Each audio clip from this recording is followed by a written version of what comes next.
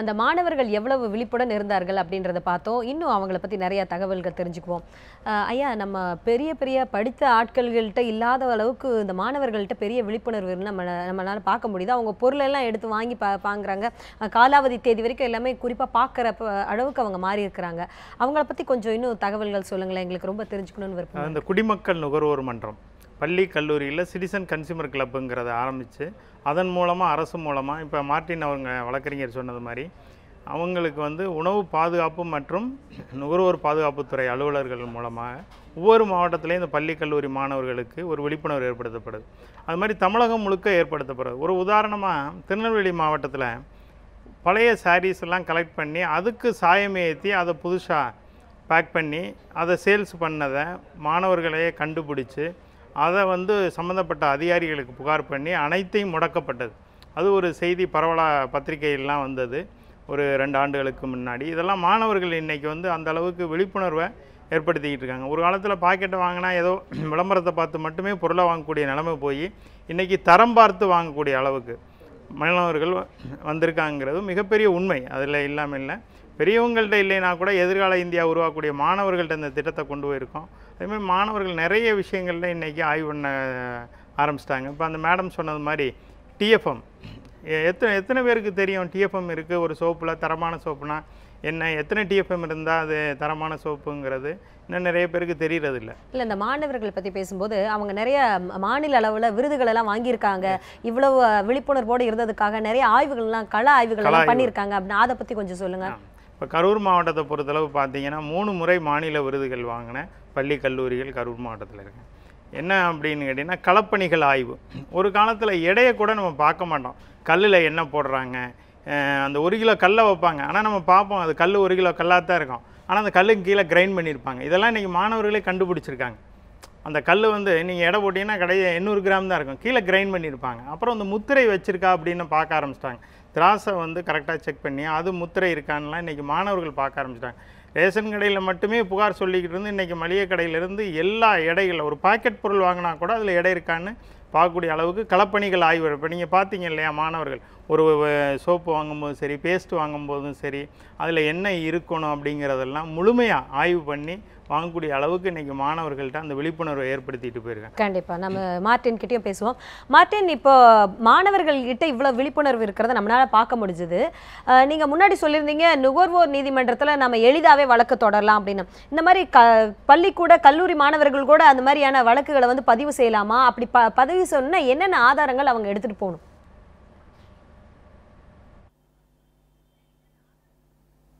கட்டாயமாக மாணவர்களும் இதில் பதிவு செய்யலாம். நிறைய இந்த நுகர்வோர் கிளப்ஸில் உள்ள மாணவர்களே வந்து வழக்கு போட்டிருக்காங்க. உதாரணமாக இங்கே கூட வந்து திருச்சியில் கூட வந்து ஒரு மாணவி இந்த மையத்தில் இந்த கிளப்பில் இருக்க மாணவி வந்து அவங்க வீட்டில் உள்ள மைதாவில் பூச்சி இருந்துச்சுன்னு சொல்லி நடவடிக்கை எடுத்திருக்காங்க. அது மாதிரி அந்த மாணவர்கள் வந்து சில சமயங்களில் வந்து சில ரசீது போன்ற அடிப்படையான ஆதாரங்கள் இருந்தால் மட்டுமே போதும். அதுக்கு பெரிய அளவில் வந்து சாட்சியங்கள் இதெல்லாம் தேவையில்லை. ஏன்னா நுகர்வோர் நீதிமன்றத்தில் வந்து வழக்கு விசாரணை என்பது சாட்சிகள் விசாரணையெல்லாம் கிடையாது. நம்ம வந்து எழுத்து மூலமாக நம்ம புகாரை கொடுப்போம். அந்த நிறுவன சார்பாக அவர்கள் அதற்கு ஒரு பதில் கொடுப்பாங்க. இதை வச்சு நீதிபதி முடிவு செய்வார் ஒழிய வழக்கமான குற்றவியல் வழக்குகள், சிவில் வழக்குகள் மாதிரி சாட்சிகள் விசாரணை, நீ எத்தனை மணிக்கு அந்த கடைக்குள் சென்றாய் அப்படி இப்படிலாம் குறுக்கு விசாரணை இதெல்லாம் இருக்காது. அதனால் எளிமையான நடைமுறைகள் மாணவர்களே கூட இந்த நுகர்வோர் நீதிமன்றத்தை எளிமையாக அணுக முடியும். இவங்க நீங்கள் சொல்ல பார்க்கும்போது இந்த மாணவர்கள் ஒரு குடும்பத்தில் வந்து இந்த ஏமாறுறவர்கள் அல்ல, அவருடைய பெற்றோர்கள் தான் ஏமாந்துட்டு இருக்காங்க. மேபி இந்த கிளப்பில் இருக்க மாணவர்கள்லாம் பெரியவர்களாக வரும்பொழுது இந்த சூழ்நிலை மாறும். இது போன்ற முறையற்ற வணிக நெறிமுறைகள்லாம் எதிர்க்கப்படும், அவர்கள் மீது நடவடிக்கை எடுக்கப்படும்னு நான் கருதுகிறேன். கண்டிப்பாக. ரொம்ப நன்றி மார்ட்டின்.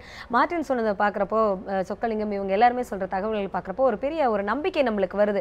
எப்படி வந்து இளைஞர்கள் மாணவர்கள் வந்து ஒரு பெரிய விழிப்புணர்வோடு இருக்கிறாங்க, ஆய்வுகள் எல்லாம் செய்கிறாங்க, எந்த பொருளை பார்க்குறப்பையும் கண்டிப்பாக வாங்கி பார்க்குறத நம்மளால் பார்க்க முடிஞ்சது. இது ஒரு சில மாணவர்கள்ட்ட இப்போ இருக்குது, இன்னும் அதிகமான மாணவர்கள்ட்ட பரவும் அப்படின்ற ஒரு நம்பிக்கையை வந்து இவங்க ஏற்படுத்திக்கிட்டு இருக்கிறாங்க.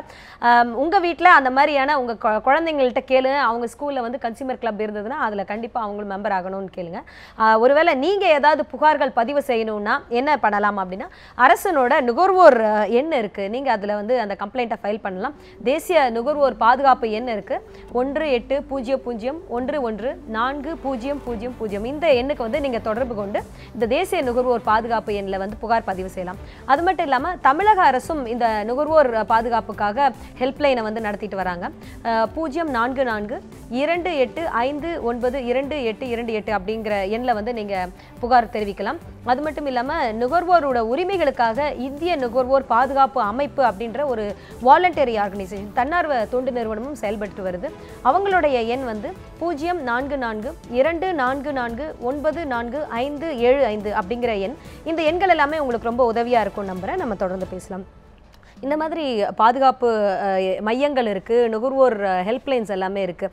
இதிலெல்லாம் பதிவு பண்ணோன்னே அவங்களோட கம்ப்ளைண்ட்டை வந்து ரெஜிஸ்டர் பண்ணிடுவாங்க இல்லையா? ரெஜிஸ்டர் பண்ணுறாங்க. இப்போ மாநில நுகர்வோர் ஹெல்ப்லைன் இருக்கு இல்லையா, இப்போ அது எங்கள் மாநில அரசால் நடத்தப்படக்கூடியது. அதில் வந்து கன்சியூமர் கிளப்பில் இருந்தால் இன்றைக்கி நிறைய மாணவர்கள் புகார் பண்ணுறாங்க. அதன் மூலமாக தீர்வு காணப்படுது. ஒரு சின்ன உதாரணம், இன்றைக்கி ரேஷன் கடையிலாம் எத்தனை பேருக்கு அங்கே 5 நம்பர் எழுதி வச்சுருக்காங்க. சம்மந்தப்பட்ட அதிகாரிகள் அங்கே குறைபாடுகள் இருந்தால் புகார் பண்ணுங்கன்னு. அதே மாதிரி இன்றைக்கி ஹோட்டல்லையும் உணவு பாதுகாப்பு அதிகாரியினுடைய நம்பர் எழுதி வைக்க சொல்கிறோம். அதே மாதிரி தங்க நகை கடையிலையும் அது இந்திய தரநிர்ணய அமைவனத்தினுடைய நம்பர் எழுதி வைக்க சொல்கிறோம். கேஸ் கம்பெனியில் அதனுடைய ஏரியா மேனேஜரினுடைய நம்பர். எங்கே குறைபாடுகள் இருந்தால் உடனே தகவல் தெரிவிக்கணுங்கிறது, ஒரு புகாரை வந்து உடனே தெரிவிக்கணுங்கிறது இன்றைக்கி மாணவர்கள்ட்ட அலாதி விழிப்புணர்வு ஏற்படுத்தி இருக்குது. கண்டிப்பாக ஒரு அண்மையில் நடந்த ஒரு சம்பவம் கூட எங்களுக்கு ஒரு ஆட்சித்துறையில் ரொம்ப நகைச்சுவையாக இருந்தது. ஒரு காலத்திலலாம் பார்த்தீங்கன்னா கடை ரேஷன் கடை திறக்கலைன்னா இன்றைக்கி லீவ் போட்டிருக்கு அப்படின்னு போயிடுவாங்க.